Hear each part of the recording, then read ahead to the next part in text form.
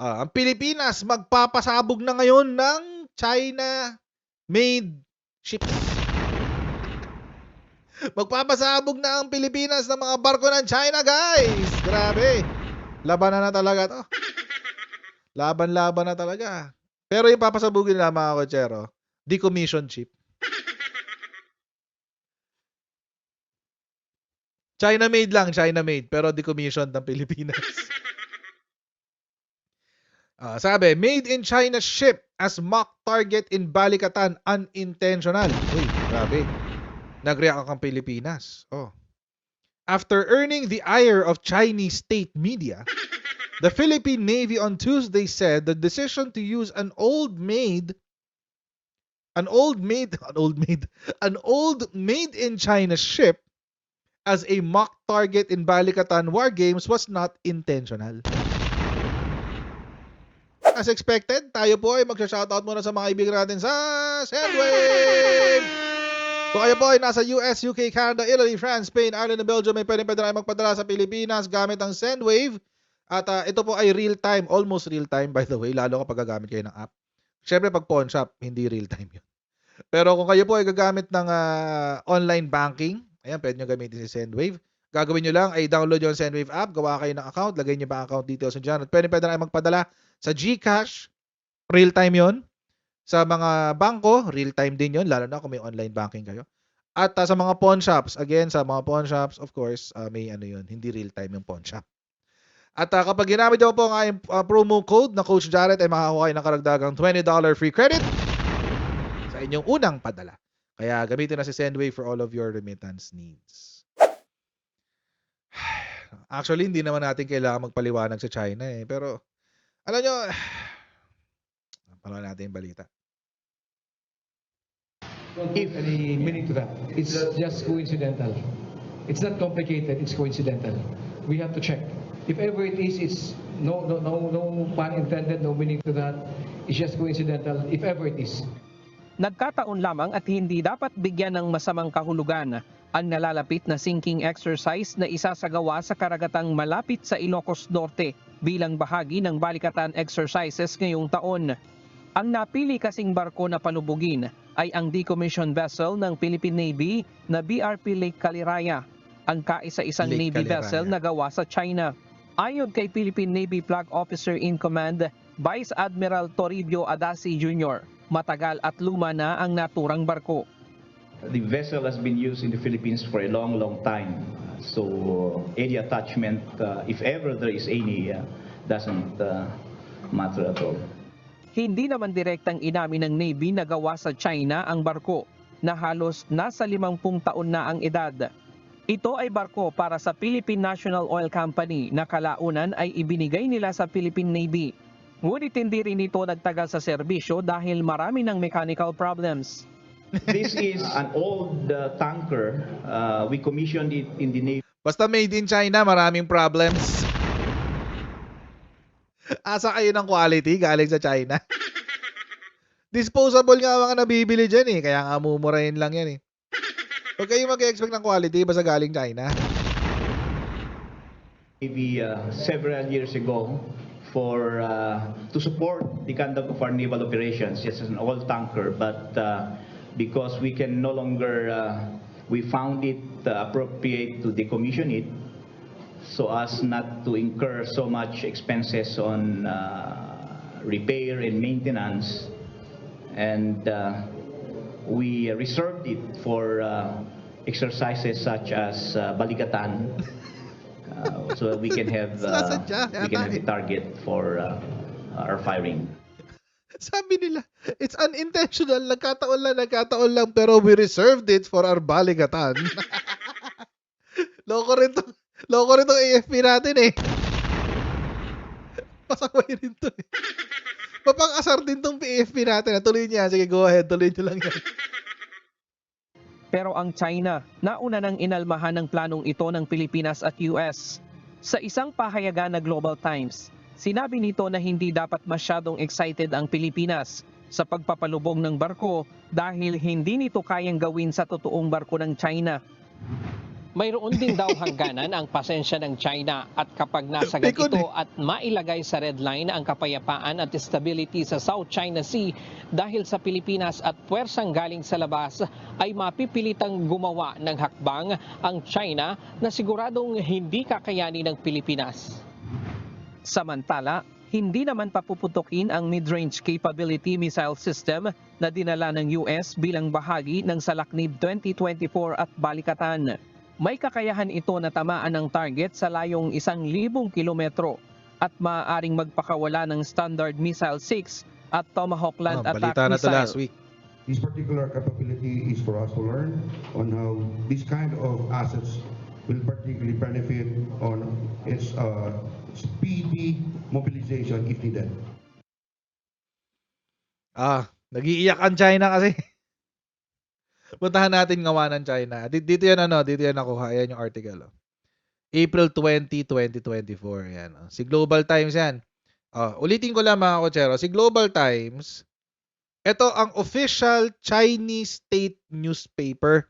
English language newspaper. Ibig natin sabihin, pag official English language ng Chinese state English language newspaper, ibig sabihin niyan, ang nagpapatakbo nito, si Chinese Communist Party. Oo. Lahat ng sinasabi nila, lahat ng sinusulat nila, bida-bida sa China. Ganun lang yun. At lahat ng sinusulat nila, inaaprobahan ng Chinese Communist Party. Partido Komunista ng China. Oo. Partido Komunista ng China. Oo, yung mga kung merong CPP, NPA, NDF, no, 'di ba? Meron tayong Communist Party of the Philippines. Meron ding Chinese Communist Party. Oo. Partido Komunista ng China. Ba't ko inuulit-ulit 'yan? Kasi akala ko ba galit tayo sa mga komunista? Bakit yung mga Duterte Balahura supporters, mahal na mahal ang China? Akala ko ba kayo yun ng komunista? Akala ko kayo yun ng komunista?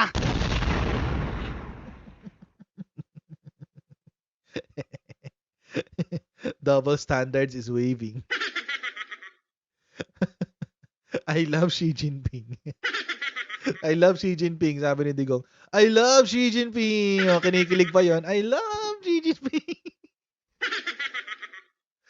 Love, love, love, love, love. Sabi ng China.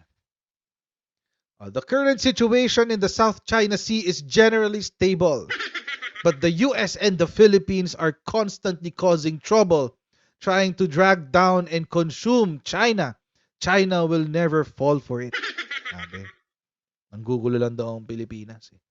Perhaps Marcos Jr. is fantasizing about exchanging economic investments dahil sa Amerika sa Japan with the US by cooperating with it in its competition with China. But the problem is that the US has been the Philippines' most important allies for the past few decades. If the US really wanted to help the Philippines, why would it have waited until today? Sabi daw ni China. Kung gusto talagang tumulong ng Amerika sa Pilipinas, bakit ngayon lang? Bakit ngayon lang? Pwede ko rin naman ibalik yung tanong sa China. Halimbawa, may kausap ako ngayon na taga Global Times. Tatanungin ko. Kung gusto talagang, kung gusto yung talagang tulungan, umasenso ang Pilipinas, bakit pogo lang ang dinala niyo sa Pilipinas? At bakit sa 24 billion na ipinangako niyo sa Pilipinas, less than 5% ang pumasok? Wala. Iyak. Iyak. Ito. Punta na sa ilalim. From China's attitude in the past few months, it can be seen that we have left room and flexibility for the Philippines on the South China Sea issue in the hope that the current disputes can be resolved through communication, negotiation, and dialogue. Sinagot naman ito ng gobyerno natin, di ba? Sabi ni Secretary Gibo, by the way, buti na lang talaga si Secretary Gibo ang ating DND Secretary. Buti na lang talaga. Kung si Sara, ay wala. Iyak-iyak tayo ngayon. But anyway, so, ayun na nga. Sabi ng ni Secretary Gibo kung kayo China honest kausap. Kung hindi kayo sinungaling at hindi kayo bad faith actor, malamang nakapag-usap talaga ang Pilipinas at ang China. Kaso hindi. Hindi sila good faith actor Napakawalang yan ng Chinese Communist Party Mga sinungaling ang Chinese Communist Party, guys. Huwag kayong maniniwala sa Chinese Communist Party. Mga sinungaling ang mga yan. However, whether it is Renai Zhao, Huangyan Dao, or other reefs and islands, well, West Philippine Sea, the Philippines is still acting unilaterally. Bawal. Bawal kaming gumalaw unilaterally. Last we heard, signatory din kayo sa UNCLOS, China. At nakasulat sa UNCLOS na ang coastal state ay may karapatan gawin ang kahit ano sa kanyang exclusive economic zone. Basta hindi illegal. We have all the rights to act unilaterally. Kayong walang karapatan dito. Squatter kayo dito sa lugar namin. We hope that the Philippines will not allow the spiritual victory of sinking target ships to make them too excited, leading to the illusion that they can take on real ships. Totoo naman hindi Pero sino ang may kaya? Si Japan, South Korea, Australia, New Zealand, US. Sino pa? Ayan. Ito na lang muna. Top 5 allies ng mga Pilipinas. Si India pa pala. Si India, si France. Yan ang problema ni China. Wala siyang reliable ally. Busy yung isa niyang kaalyado sa Ukraine. Busy yung isa niyang kaalyado sa South Korea. Mag-isa lang siya. Kaya dinadaan niya sa ganito, sa darag. Sila, may kapasidad sila. Kami, Pilipinas, wala. Pero yung mga restback namin, malalakas. Kaya nga gumaganto-ganto kayo. Kaya nga takot na kayo China's restraint is unlimited. It's not limited. Unlimited pala, not unlimited. And if the Philippines and external forces cross the bottom line and red line of peace and stability in the South China Sea, China will definitely take action when necessary, which is something the Philippines cannot afford. Uy, nananakot ulit. Yan yung sinasabi ni Digong Naalala niyo to? Yung sinasabi ni Digong na there'll be trouble. There'll be trouble daw sabi, di ba? Oo, nagpadarag kasi si Digong Kala ko ba matapang to si Digong? Oo, kala ko matapang, mukhang hindi naman pala.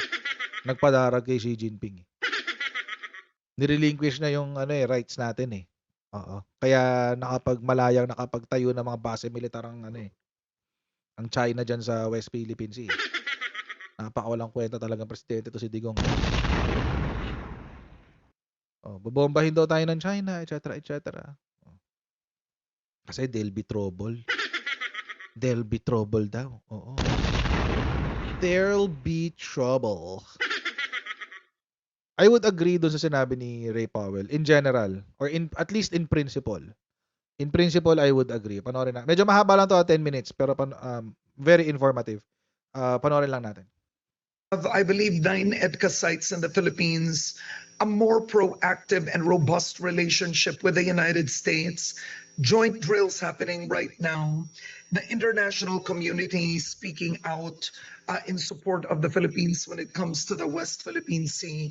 And yet in the region, there are fears of violence and war. Former President Duterte has always said, do we want to go to war? We can't afford to go to war. We will lose if China decides to go to war. You've been studying this for a long time. Ray, will China go to war? China hasn't gone to war since 1979. And I think that China does not want to go to war. And I think that nations that don't want to go to war generally don't go to war. What China wants to do is it wants to win without fighting. It wants to coerce and cajole its adversaries into submission. And so it will, beat the war drums. But I think that, generally speaking, I think that China is very unlikely to sort of cross that threshold unless it thinks that it has an overwhelming chance of winning and making the endeavor worth it. And I just don't think that China thinks that's necessarily the case. Agree ako kay Ray Powell doon. Bakit? Bakit ako nag-agree sa sinabi ni Ray Powell? Sabi ni Ray Powell, nag-iingay lang si China. Mas gusto ni China na manalo siya by force or intimidation. By intimidation pala. Rather than by actually going to war. Kasi they have not been to war since 1979. Meaning, wala silang practice. Ang alam lang nila sa gera is theory. At alam ni China na kahit siya ang may pinakamalaking navy sa buong mundo at siya ang may pinakamalaking militar sa buong mundo, wala silang battle experience. Alam nila yan. Hindi nila alam kung baka kapag sa totoong gera na, yun talagang bakbaka na, baka talunin pa sila ng AFP natin. Bakit? Halimbawa lang, pumasok sila dito sa beaches ng Pilipinas. Baka talunin pa sila ng AFP natin. Ang dami nating bundok na pwede pagtaguan ng mga AFP. AFP natin, batak yan sa gera. Hanggang ngayon, meron pa ring NPA. Na ipagbakbakan niya. Yun, real time yun. Hindi practice yun. Subukan nila. Pumasok sa bundok ng Pilipinas. Hindi sila makakalabas. Anong gagawin nila? Bobombahin nila lahat ng bundok sa Pilipinas? Kung magtago sa mga kuweba-kuweba? Meron lang sila ng technology. Oo, hindi pa nga quality yung technology. Yung mga binigay nilang mga mga materyales sa Russia, nagpapalyahan lahat eh. Subukan nila. Pasok sila ng Palawan. Try nila. Try nila. Try nila kumuha ng isang isla sa Pilipinas. Basta maraming bundok. Magaling ang AFP natin sa terrain. Sa jungle warfare. Kaya ba ng Chinese yun? No, they don't. Wala silang, bakit? Wala. Puro lang sila practice. Kaya nga humihingi tayo ng tulong, hindi naman para sa army. Humihingi tayo ng tulong para sa navy. Kasi doon talaga tayo kulang na kulang. Sa navy.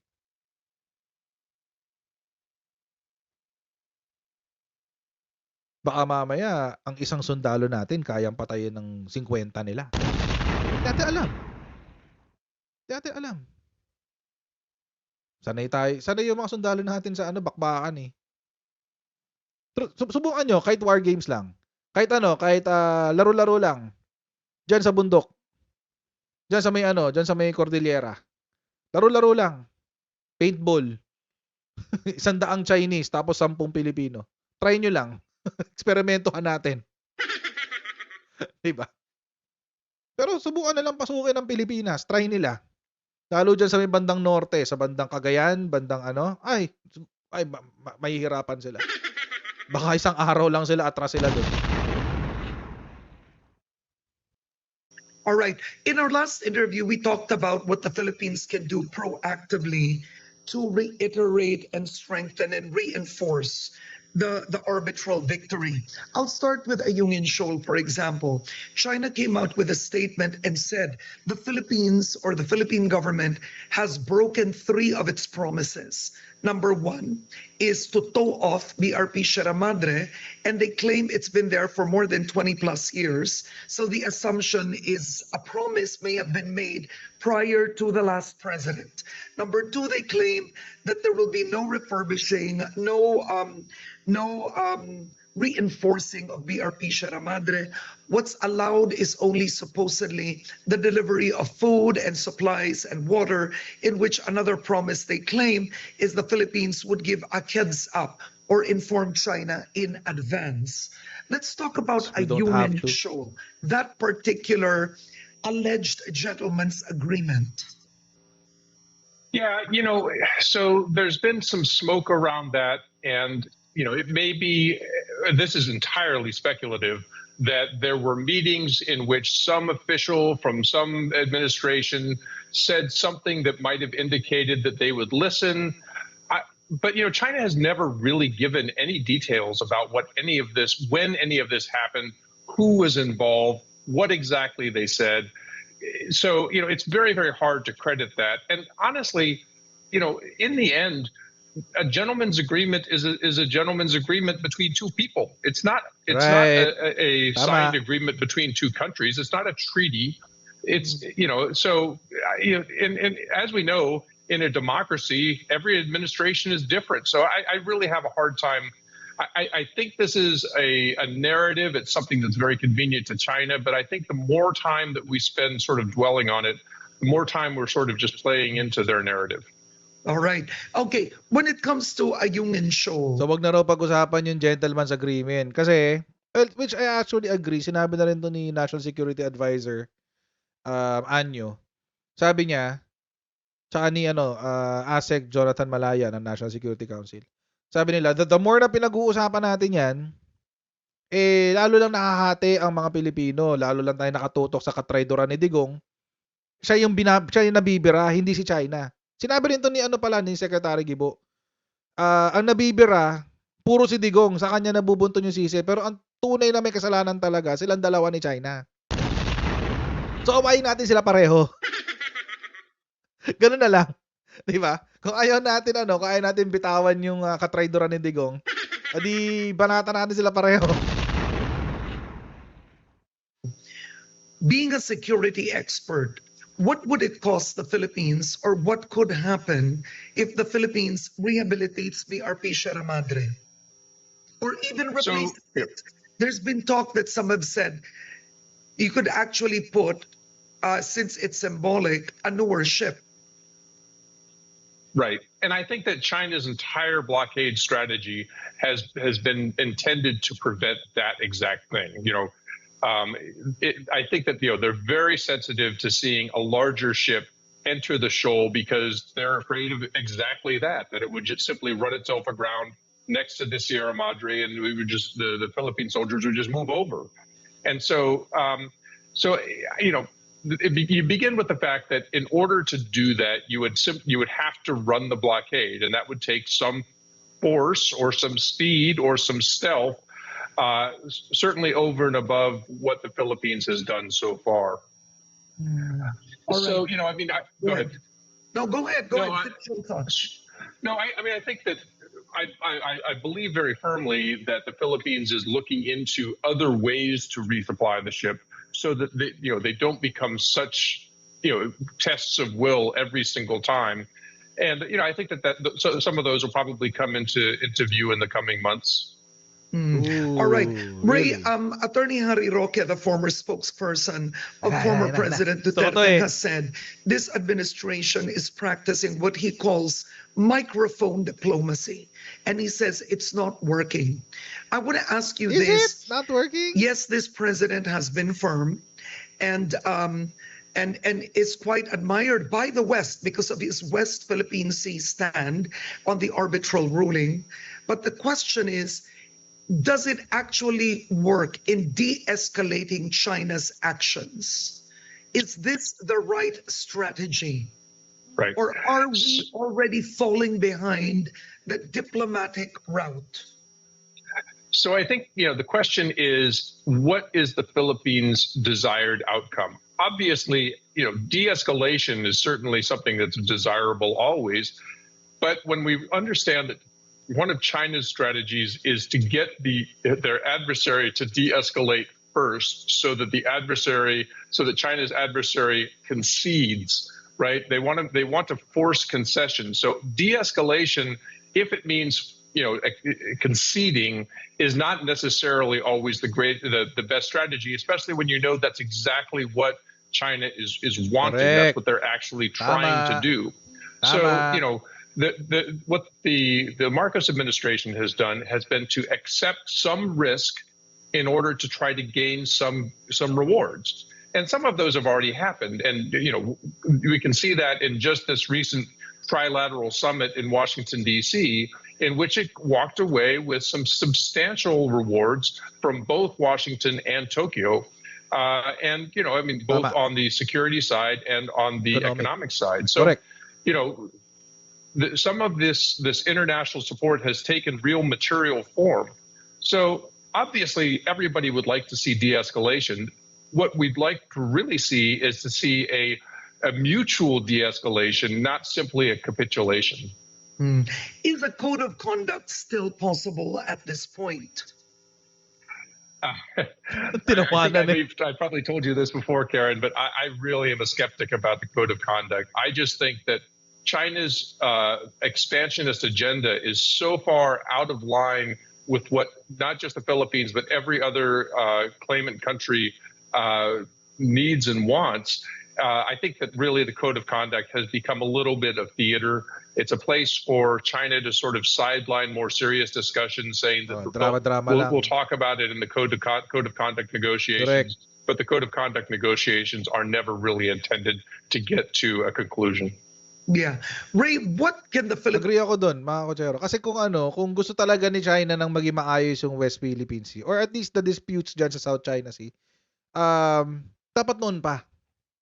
Kaso hindi eh. Wala naman tayong nakitang effort from the side of China to do it. At saka ito pa yung pinakamasaklap na gustong pagawa ni China. Ang gusto nila, hindi legally binding ang code of conduct. Ibig sabihin, pag violate nila yung code of conduct, walang consequence. See? See how disingenuous ang China? Hindi to legally binding ha. Walang atraso kapag hindi namin sinunod tong code of conduct. Walang mangyayari. Walang penalties. Basta may code of conduct lang tayo. Ganun sila ka-dishonest and disingenuous. Philippines do better in comparison with its ASEAN neighbors. I've had interviews where former Senior Associate Justice Carpio, for example, has advocated exploration. He says that's when President Marcos Jr. will walk the talk because it's such a proactive approach, right? To saying this is ours, this is the exclusive economic zone. And he says Malaysia has already started exploration without asking permission from China. In a national security point of view, how should and how would it benefit the Philippines to approach exploration, considering we do have our own power issues in the Philippines, and I mean energy? Yes. So understanding that, the Philippines' energy issues are acute.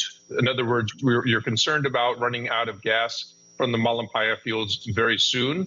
And starting exploration now is not a short-term answer. It takes quite a while for all of that to result in the discovery, in the drilling, and all of the exploitation. All of those things take a very long time.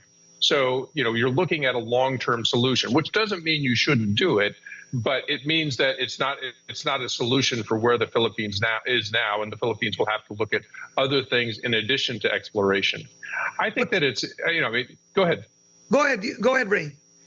No, I think that the Philippines should certainly look at whether it wants to go ahead and try exploration. The hard thing that the Philippines has to deal with is that because it has not yet explored and drilled within the 9-dash line, it makes it in some ways harder to start. Whereas, Malaysia and Vietnam already do have active wells within the 9-dash line. So doing additional exploration doesn't seem like such a big deal. Whereas, for the Philippines to go out sort of for the first time makes it look like a bigger deal. That is interesting. So, Ray, in effect, if it had been done before, it would be less of an issue today. Sure, doing more exploration and drilling is easier than doing initial exploration and drilling, because all of a sudden it's like you're crossing some big line instead of just continuing to do what you have done. See? Naalala nyo, kaya ako pinakita yung oil eh. Kaya ako to pinakita kanina. Alam nyo kung bakit pinipigilan ni China na mag-drill ng hiwalay sa kanila? Kasi ang gusto nila kasama natin sila. Eh kung nag-explore at nag-drill na lang tayo ng mag-isa, hindi naman lang tayo mapipigilan eh. Hindi na tayo mapipigilan. And if they try, kung gusto nilang tayong pigilan, mga kotsero, they're going to violate international law. Yun yung sinasabi ni Ray Powell. Kasi ba binring up ni Karen Davila. Sabi niya, may problema kami, may energy problem kami, etc., etc., whatever. Ano sabi ni Ray Powell? Gawin nyo na lang. Gawin nyo na lang, mag-explore na kayo dyan. Kasi, mas madali, yung inumpisahan nyo na, tapos saka kayo maipag-usap kay China. Kasi meron meron na kayo inumpisahan eh. Maiki-join na lang sila. Kung gusto nyo, maiki-join sila. Yun yung sinasabi ni Ray Powell. Anong ginawa ni Digong? Nagpatakot. Ano bang ginawa ni Digong? Well, it's short of bribing already. Anong sinabi ni Xi Jinping? Isang tabi mo na yung yung PCA ruling. Hati tayo sa gasolina dyan, hati tayo sa langis, etc., etc. Isang tabi mo na yung PCA ruling. Hati tayo, sa'yo yung majority, 40% sa akin, 60% sa'yo. At pumirma dun si Digong ha. Pumayag si Digong dun.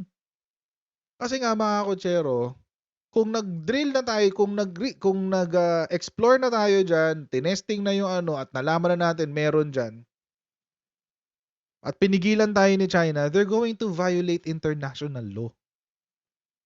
They're going to violate the UNCLOS. Lalo tayong merong cause, kasuhan sila sa abroad. Lalo tayong may cause, kasuhan sila sa international court. Dali natin sa UN.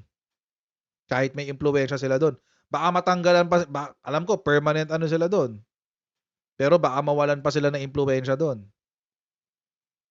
So mga kotsero, sabi nga ni Ray Powell kanina, and I agree with that, gawin na lang natin. Actually, di ba, hinamon na nga si Presidente, ni Digong. Hinamon na siya ni Digong, di ba? Sabi ni Digong, di maghukay na kayo dyan. Gawin nyo ng outpost yung BRP Sierra Madre. Kung talagang seryoso kayo. And actually, mga kotsero, sa dami-dami ng sinabi ni Presidente recently, agree ako dun. Doon, sa huli na yun. Gawin na ni Presidente. Mauna ka na. Unahan mo na, Mr. President. I think there's nothing wrong with that. We are already exercising our sovereign rights kapag ginawa mo yun. And we are well within our rights to do that. Kukontra lang dyan, malamang si Sara. Sabihin, no comment. Sabi ni Digong, ikaw naman, binibiro lang kita, Presidente, sineryoso mo naman. Magpapalusot na naman si Digong. Babalentong na naman yun. Sa langis. Kasi dyan talaga gigil na gigil si China. Gusto niyang kunin yung langis na yan. Gusto niyang iuwi yan sa kanila. Nag-practice na sila sa isda. Ngayon gagawin na nila sa langis.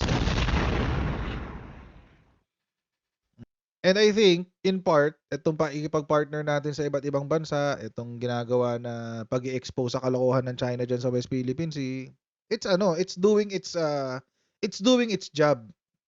But now, I think now na napapansin na ng ibang bansa na pumapalag na tayo kay China at nakikita na nila na medyo kumukontra na tayo sa kanila, pwede na nating i-exercise yung karapatan natin. Kasi now we have allies. Nagkakampi na tayo eh. Okay, you deserve that round of applause. God bless all of you, and I'll see you in our next Coach Jared Live. God bless you. See you next time. Bye.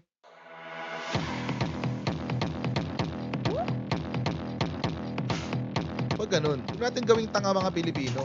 Mas maganda kasi nasa lugar ka ng tama kaysa yung pinipilit mo yung pagkakamali.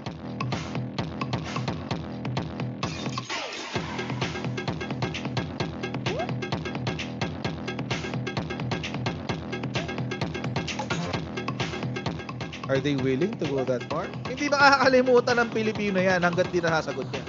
Sino ngayon nagsasabi ng totoo?